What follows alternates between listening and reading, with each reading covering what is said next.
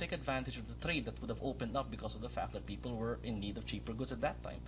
But funnily enough, one of the first acts that Manuel Rojas did at that time was to form the Bagong Katipunan, Yes, which essentially economic protectionism. For economic protectionism, which is actually really not logical from that viewpoint, but would gain traction because of the fact that it sounds good, it's a bit nationalistic, and the same thing is essentially occurring right now.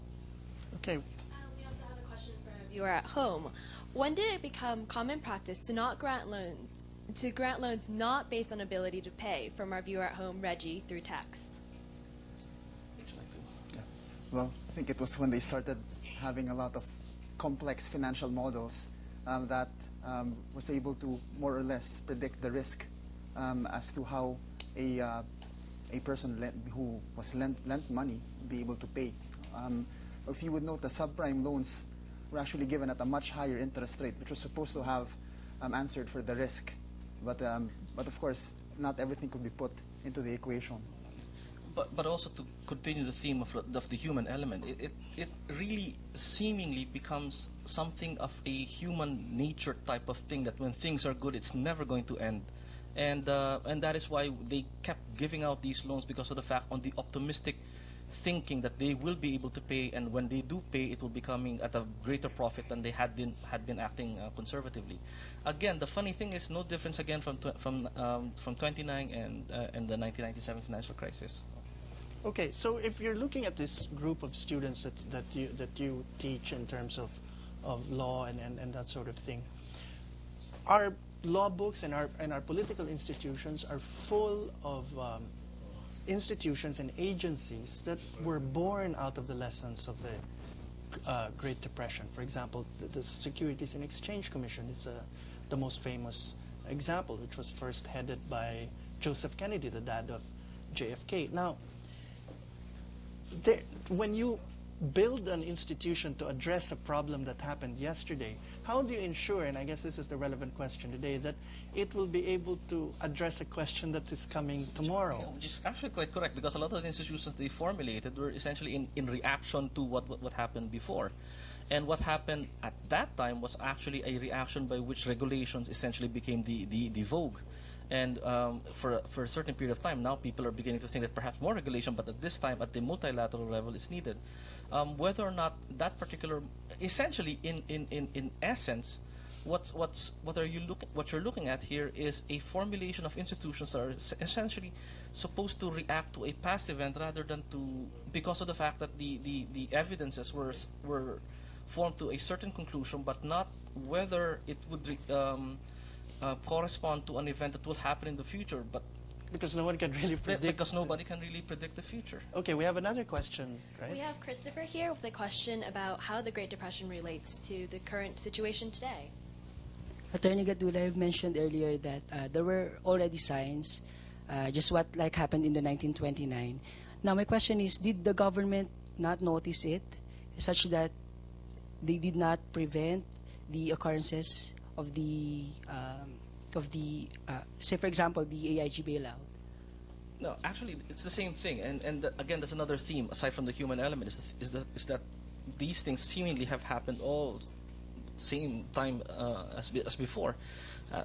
As a direct answer to the question, did governments were able to anticipate these things? Yes, some people were, but again, human nature seemingly comes in, and that whether or not a disaster will happen, can we avert it? And they seem to have that confidence that because we're in a good time, we're in seemingly good times, and therefore we will have the capability to avert it. People were same thing. People were thinking that we're in a high economic plateau. The boom-bust cycle has already gone passé because of the fact that we're in a new type of economy.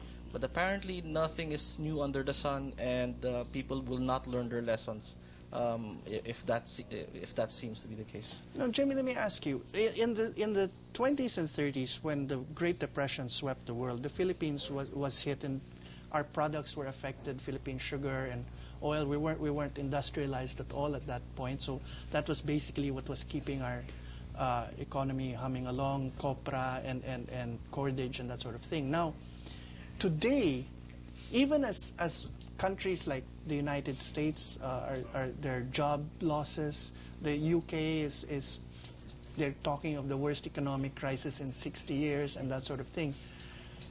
what we're sending out to the world is no longer hemp, but people. And so how is this going to affect us? And how does this tie into your concern that there will be drum beaters at home who will be pushing to tighten up our relationship with other economies? Well, actually, the same thing. What happened in 1929 is that the American businessmen wanted to stop the incoming imports of cordage, hemp, cottonseed, coconut oil. But they couldn't do that because of the fact that, well, the Philippines is their colony and they have to in some way or another take care of it. But they were able to stop because of the fact that they established certain quotas, particularly in sugar and I believe on tobacco as well. And they also were able to stop, and this is in answer to your question, the wave of immigration that was coming at that point. I think with regard to the hair horse cutting law, they were able to put a provision there to stop it at 50 people. Yes, Filipinos instead a of year. the hundreds that you were going to Hundreds. Hawaii previously. And so what could happen now is that people could actually be stopped from coming in. And there's actually a movement, a philosophical movement worldwide that immigration should actually be stopped because of the fact that it's disrupting the social system, the businesses, cheaper labor. And not only the transfer of people from one country to another, but the transfer of businesses from one country to another. And so you have government programs or government proposals or political party proposals wherein they're suggesting that companies be taxed if they, for example, shift their services overseas. And I think the Democratic Party has been a strong proponent of these types of policies. And if you have this uncertainty going in, protectionism will always be there. It's a natural human thing. The one that is really going to control it will be the level of resistance to the protectionism.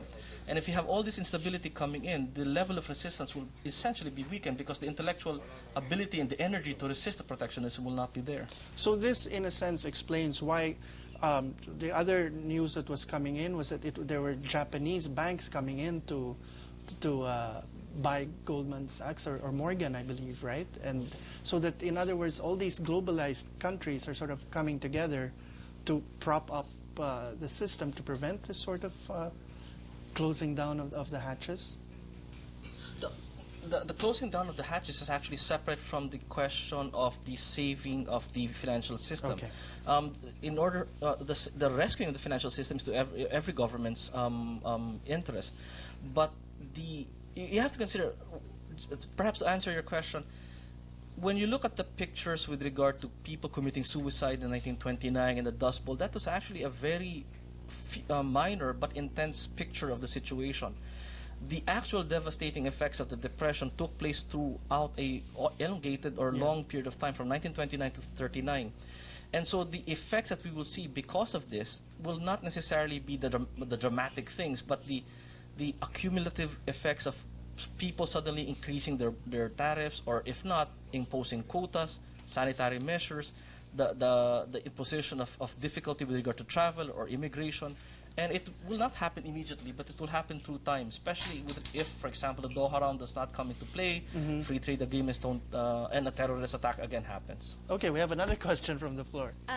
We have a question from Mrs. Vecina through text. Are you saying that Americans today will be more inclined to vote for McCain and Palin? They seem closer to extremists than Obama. Actually, far the opposite. McCain and Palin are actually more the free traders rather than Obama. Obama and Biden are the ones who are actually a little bit more conservative with, how should I put it, a little more on the, more cautious on the trade liberalization and immigration questions. And you can see it in the party platforms that they have on the websites.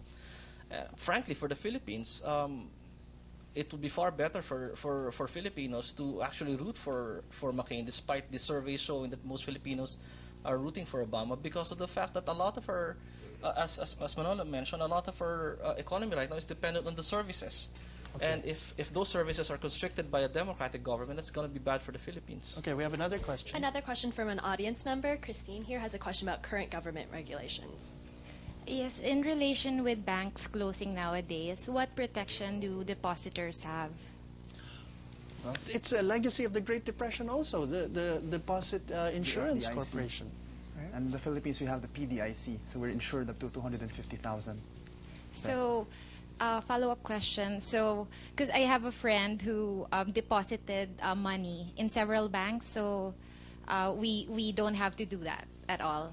it's okay to invest in one Is it bank. per account that is insured or per depositor? That's what you're Yes. getting at, right? Because the insurance is $250